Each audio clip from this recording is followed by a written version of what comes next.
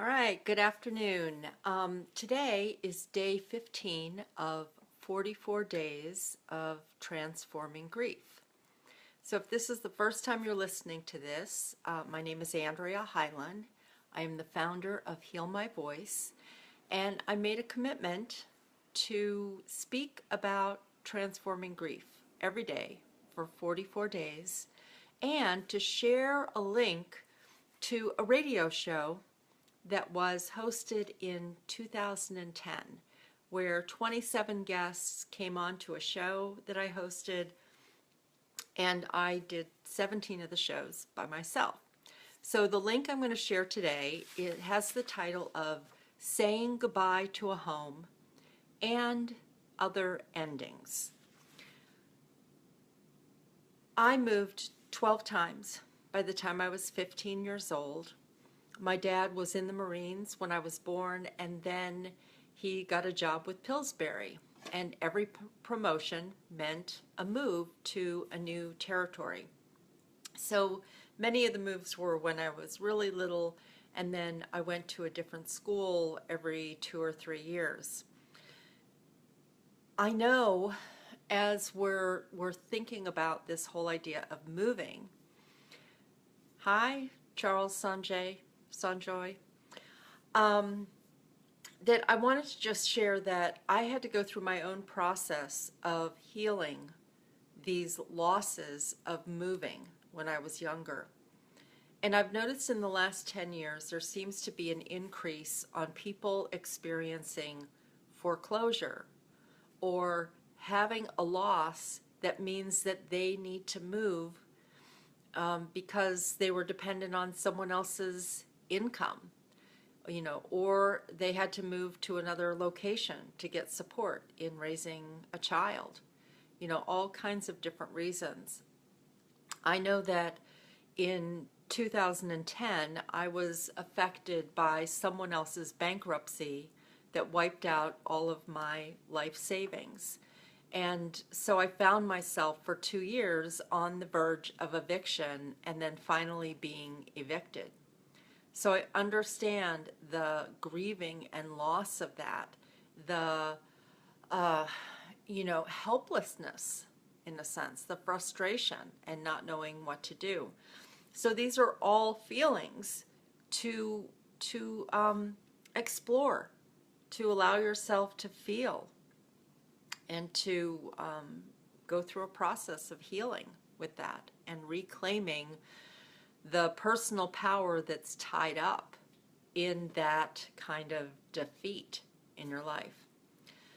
There's also a place that I recommend when you are moving that you take some time to honor what happened in the house that you were living in, all of the experiences that you had, whether it was for a short time or a long time. And I'll give you an example. In my second marriage, my husband and I lived in a house for 9 years. And after 9 years, we finally found our dream house. Now, this dream house had 3 stories, 3 falling down ceilings, 27 boarded up windows. But it was on a piece of land, 3.5 acres. And we decided to take on the project of renovating that house by ourselves. We hired people to do a few things like install the 27 windows, but we repaired it. We breathed life into that house again. But when we were ready to leave the house we had lived in for 9 years, I took the time to really grieve the letting go of that house. Because even though we were moving to a place we really wanted to move to, there was a lot of life that had happened in that house. My son was born and died during the time we lived in that house. My youngest daughter, Hannah, was born. We started homeschooling there. I had a life-threatening illness and had many memories of friends coming to support me and help me. And there were holiday meals. There were ways that we had enjoyed that house. There were a lot of memories in that house. It was the house my husband lived in when we first met and then got married. So I allowed myself time to walk through the house. And some of the ways that you can let go of a home and come to an ending is to write a letter to the house, thanking it for holding a space for you during this time. You can invite friends to come over and have a party with you. You can reflect on things that you learned about yourself. And you may wonder why do I need to do that? And it's a way of acknowledging your feelings. It is a way of an acknowledgement of your life. It is a way of reflecting on your journey. And it will bring more of an awareness to the day-to-day life that you are living. I know that when I was evicted from an apartment in California, my daughter had moved to New York for a period of time, and so I was there by myself. And as I cleared out things and put them into storage and then got ready to move to share a space with a friend as a transitional space, I really took some time to sit in the apartment and to feel all of the feelings about things I had learned about myself while I was there. What was the life that I had experienced while I was there?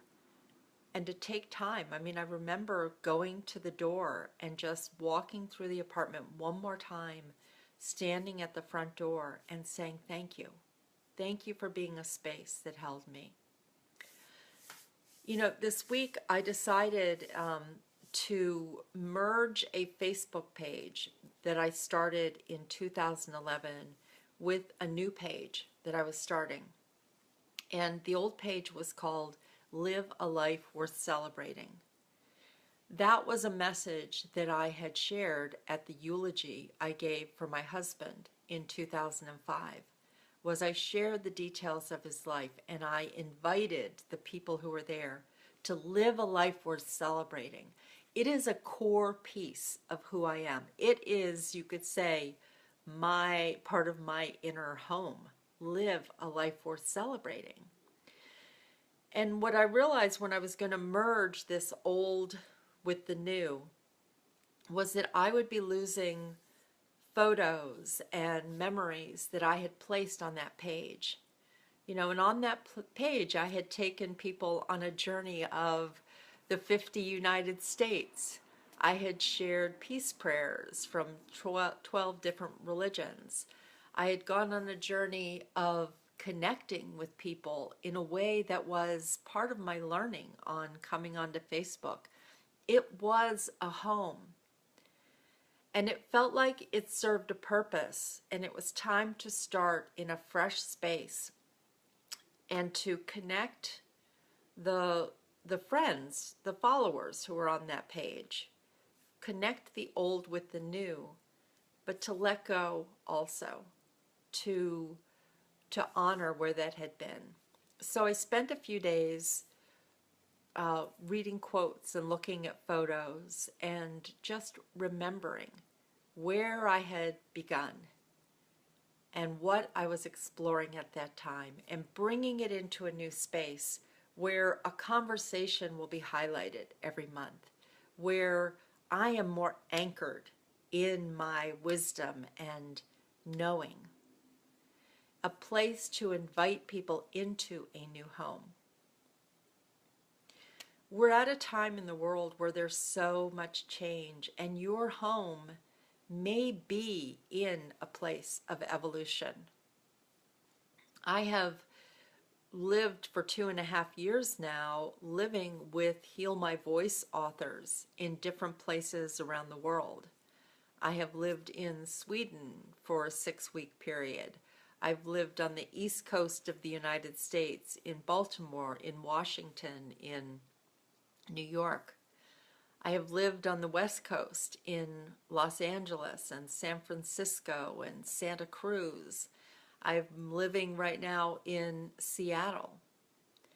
And each of those experiences is about integrating the old into the new, having an experience, and then being willing to release it when it is time to move on to the next place. So I really encourage you to sit with this a little bit, to reflect on your home, the home that you are living in, and your inner home, the inner space, because really, this vehicle, this body that you have, this is your home that you take with you 24/7. All right, tomorrow I will be back for day 16 of 44 days of transforming grief. Thanks for being here, and please share this with anyone who you think would benefit from it.